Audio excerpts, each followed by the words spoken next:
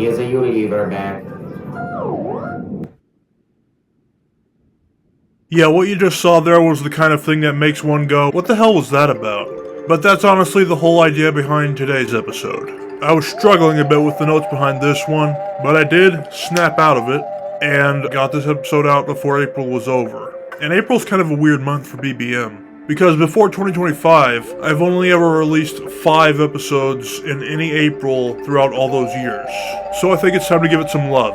But a while back I mentioned that I was on the lookout for new friends, so I decided to go to these social groups for the autistic and other different-minded people. The primary place I'd go to every month was at this coffee shop I mentioned, but a friend I met there told me that they no longer do groups in this category. So the search continued. I have now found this group that has been hosting events at a bowling alley. And if you remember 10 episodes ago when I mentioned Dovahan Vega, this is the same bowling alley in question. I do occasionally like to get out and about, and this specific group isn't just bound to bowling. They're up to trying other events along with that. That's great and all, but before they decided to do anything else other than bowling, I thought I would make an episode about bowling. It isn't something I normally participate in, but I do have to bring up that the little animations they show are pretty dang darn wild. And no matter what the scenario is, whether you hit all the bowling pins, none of them, or anything in between, there is always a corresponding animation that goes along with your score for that round. But how does it know exactly? Well, if you haven't already, after this video's over, I would recommend watching Jared Owen's video on how a bowling machine works. It's actually one of my favorite ones that he's put out. Without discussing too much of it, there are basically plates that lower down at the end of every round, and however many pins are still standing is how it keeps track of the score. As you can imagine, there is a room back behind the lanes for employees to monitor the machines and replace the pins, because like anything, they can age and get cracked or dirty. I'm not positive if this area back here has a name, but I personally call it the Isle of Pin.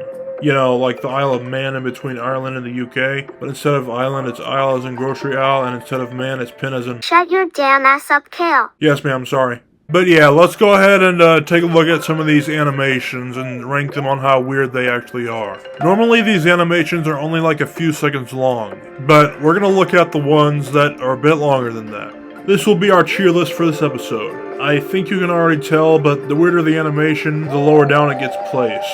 Unfortunately, I only really have enough comments to go over 4 of them, so we won't be covering all these categories. My apologies in advance. Let's get started.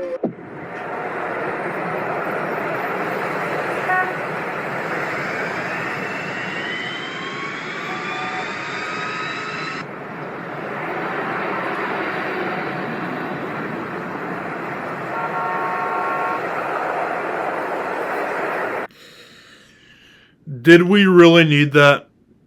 I mean, I'm not gonna lie, it is kind of clever, but it's honestly the wrong type of clever. I know someone out there is laughing so damn hard at that, but for those of you who aren't, just be thankful that the bowling ball missed that pin. Until, of course, the second one comes and the spare, but look, without going too deep into it, I do understand what it's a parody of. So honestly, I think it should go in the kinda makes sense category. Not the actual events that make sense, but, you know, what it's referencing. Look, no more depression from this point onward.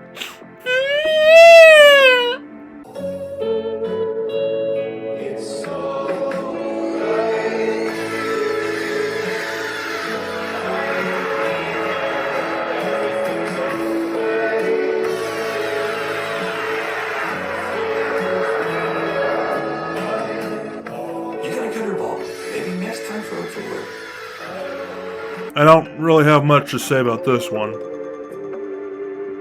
What? I don't.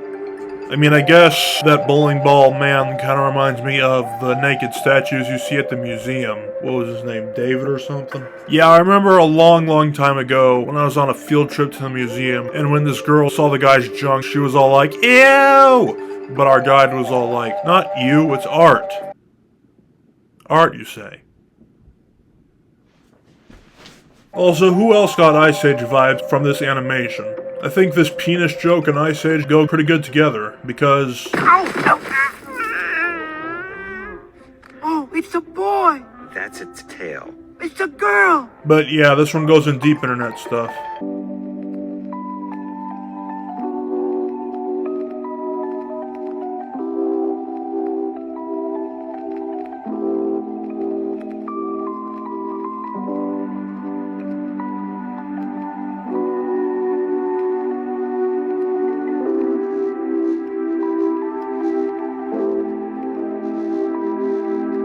I don't get that one.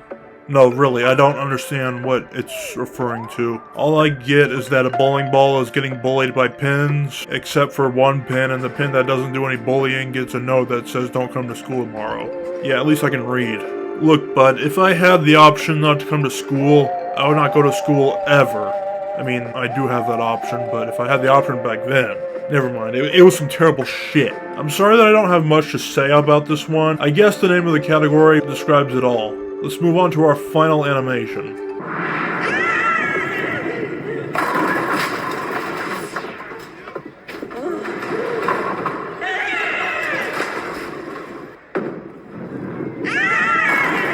What I don't understand here is why these crybaby bowling pins are scared to get hit by the ball. They are designed to get knocked down over and over and over again.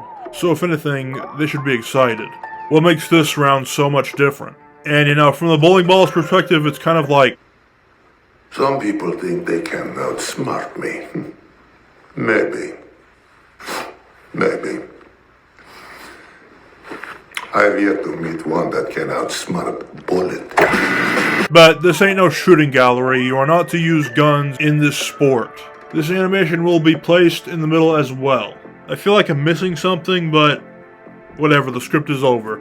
So that wraps this blog up, and I will see you guys in another one. You damn turkeys.